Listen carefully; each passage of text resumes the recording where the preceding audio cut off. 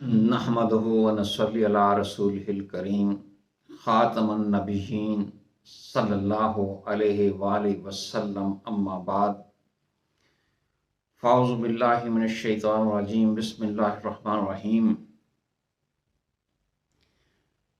وَهُوَ الَّذِي يَتَوَفَّاكُم بِاللَّيْلِ وَيَعْلَمُ مَا جَرَحْتُم بِالنَّهَارِ ثُمَّ يَبْعَثُكُم فِيهِ لِيُقْضَىٰ أَجَلٌ مُّسَمًّى ثُمَّ إِلَيْهِ مَرْجِعُكُمْ ثُمَّ يُنَبِّئُكُم بِمَا كُنتُمْ تَعْمَلُونَ صدق اللہ العظیم۔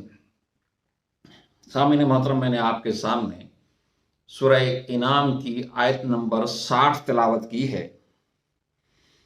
ترجمہ اس کا یہ ہے، اور وہی ہے جو تمہیں رات کو وفات دیتا ہے اور وہ جانتا ہے جو کچھ تم دن کو کرتے ہو، پھر وہ تمہیں اس میں اٹھاتا ہے تاکہ مقررہ مدت پوری کی جائے، پھر اس کی طرف تمہیں واپس جانا ہے، پھر وہ تمہیں اس سے باخبر کرے گا جو کچھ تم کر رہے تھے یا جو کچھ تم کرتے رہے تھے۔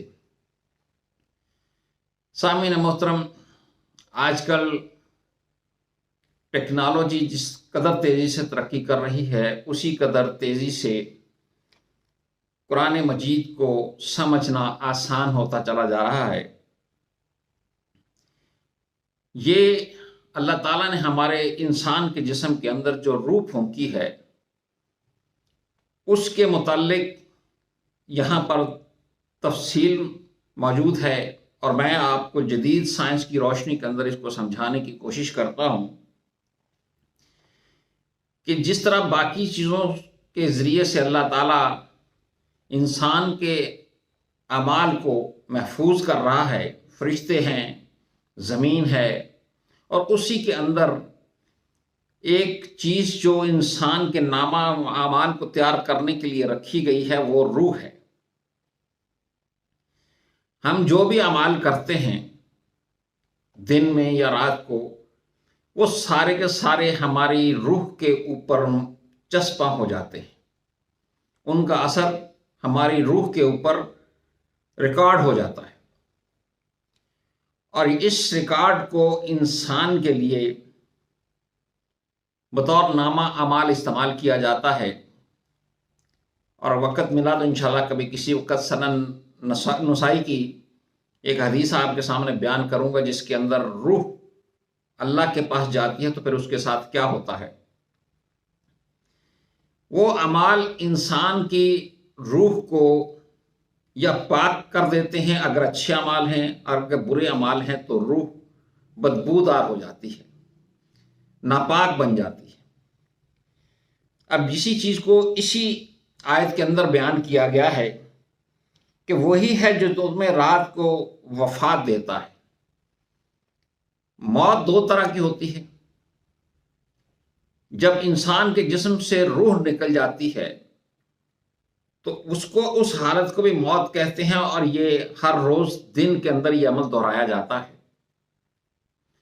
اور جب وہ بڑی موت ہو جاتی ہے انسان کی، جس کے بعد انسان کا دنیا کے اندر واپسی نہیں ہو سکتی، روح بھی نکلتی ہے اور ساتھ جان بھی نکل جاتی ہے جسم سے، یہ دونوں چیزیں نکل جائیں تو انسان کی موت واقع ہو جاتی ہے، جس کے بعد دنیا کے اندر اس کی واپسی ممکن نہیں رہتی۔ جبکہ رات کو اللہ تعالیٰ انسان کی روح قبض کرتا ہے، جان قبض نہیں کرتا۔ تو اس کا یہ حوال جو ہے، رات کا جو کچھ ہوتا ہے، اس کا اس آیت مبارکہ کے اندر ذکر کیا جا رہا ہے۔ وہی ہے جو رات کو تمہیں وفات دیتا ہے، یعنی کہ رات کو تمہاری روح قبض کر لی جاتی ہے، اور وہ جانتا ہے جو کچھ تم دن میں کرتے ہو۔ انسان کی روح قبض کر لی جاتی ہے، اور دن کے سارے اعمال، سوچ، نظر، شعور، عقل، کوشش، سرگرمی، جو کچھ بھی انسان کرتا ہے، وہ انسان کی روح کے اوپر چسپاں ہو جاتا ہے۔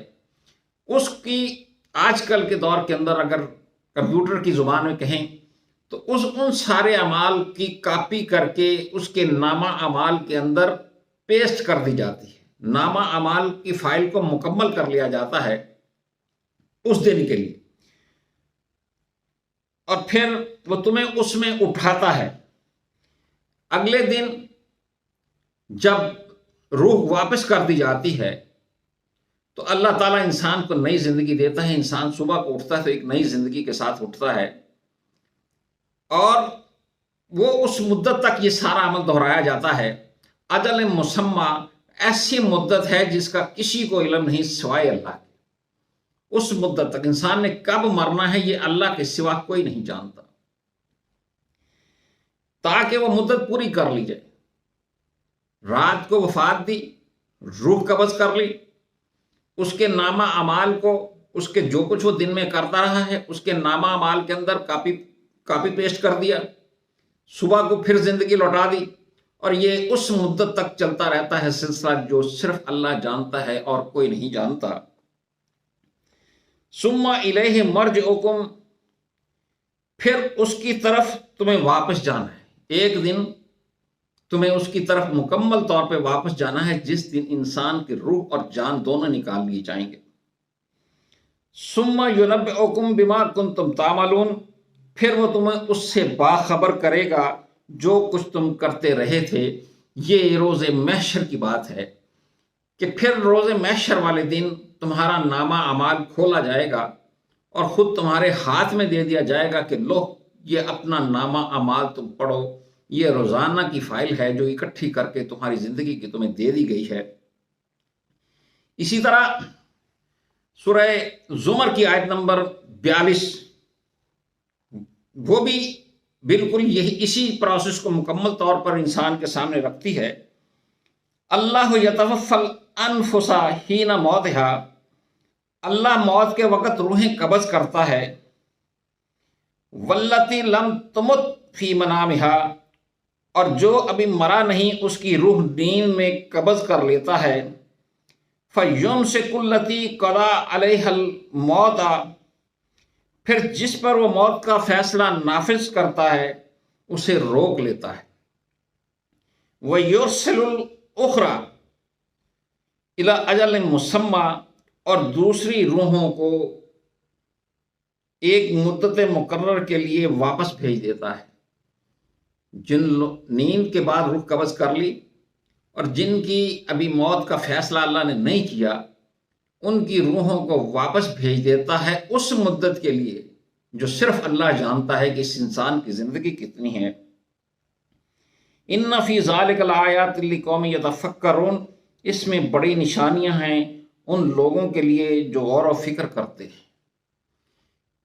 ان آیات کو دونوں کو، سورہ انعام کی آیت نمبر 60 اور سورہ زمر کی آیت نمبر 42، ان دونوں کو اکٹھا کریں تو آپ کو آج کل کی نئی ٹیکنالوجی کے مطابق ہر بات سمجھ آ جائے گی کہ رات کے وقت انسان کی روح قبض کی جاتی ہے، جو کچھ وہ دن میں کر رہا ہوتا ہے اللہ تعالیٰ اس کے اعمال کو کاپی کر کے اس کے نامہ اعمال کی فائل کے اندر پیسٹ کر دیتی ہے، نامہ اعمال محفوظ کر لیا جاتا ہے۔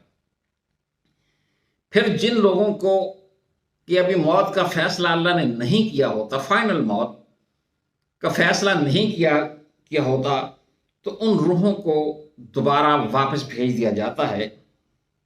وَيُرْسِلُ الْأُخْرَى إِلَىٰ أَجَلٍ مُّسَمًّى، اور دوسری روحوں کو واپس بھیج دیا جاتا ہے تاکہ ان کی جتنی زندگی ہے وہ پوری کریں۔ اور یہ فکر کرنے والے، غور و فکر کرنے والوں لوگوں کے لیے ایک نشانی ہے کہ انسان کو ہر روز موت کی پریکٹس کرائی جاتی ہے اور اسے یاد کروایا جاتا ہے کہ ایک دن واپسی نہیں ہوگی، لہذا اس دن کی فکر کرو جس کے بعد واپسی نہیں ہوگی اور پھر تمہارے نامہ اعمال کے اندر کسی قسم کی کوئی تبدیلی نہیں ہوگی۔ اگر تم نے برے کام کیے ہیں اور اس کو مٹانے کے لیے تم نے اچھے کام کیے ہیں تو تمہارے اچھے کام برے کاموں کو مٹا دیں گے، لیکن یہ کام کسی اور نے نہیں کرنا، یہ اللہ تعالیٰ ہی کر سکتا ہے۔ اللہ تعالیٰ نے ہی کرنا ہے۔ جن کے نامہ اعمال کے اندر نیکیاں زیادہ ہوں گی 50% آپ اگر اس کو کنسیڈر کر لیں تو جتنا زیادہ 50% سے انسان کا نامہ اعمال اچھا ہوگا، نیکیوں سے بھرا ہوگا، اتنی زیادہ انسان کی روح خوشبودار اور پاک ہو جائے گی، اور جتنا 50% سے جتنا زیادہ نیچے چلا جاتا جائے گا انسان، اس کی روح اتنی ہی ناپاک اور بدبودار ہوتی چلی جائے گی۔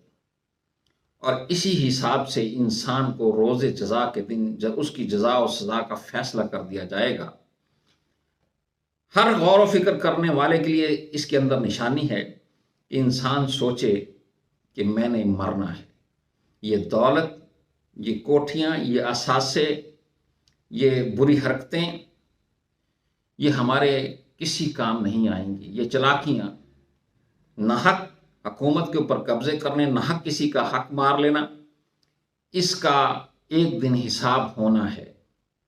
اگر آپ اللہ کے کام کے لیے، اللہ کے دین کو غالب کرنے کے لیے اس دنیا میں کام کر رہے ہیں تو تسلی رکھیں کہ اللہ آپ کی ان کوششوں کو ضائع نہیں کرے گا، اس کا اجر، اس کا انعام انشاءاللہ آپ کو ضرور ملے گا۔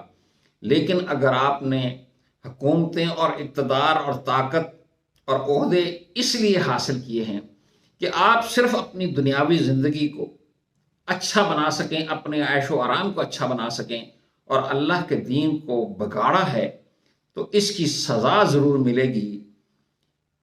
اس بات کے اوپر بھی آپ کو یقین ہونا چاہیے۔ اللہ تعالی ہمیں نیکیاں کرنے کی توفیق عطا فرمائے اور بات کو سمجھنے کی توفیق عطا فرمائے۔ وما علینا الا البلاغ۔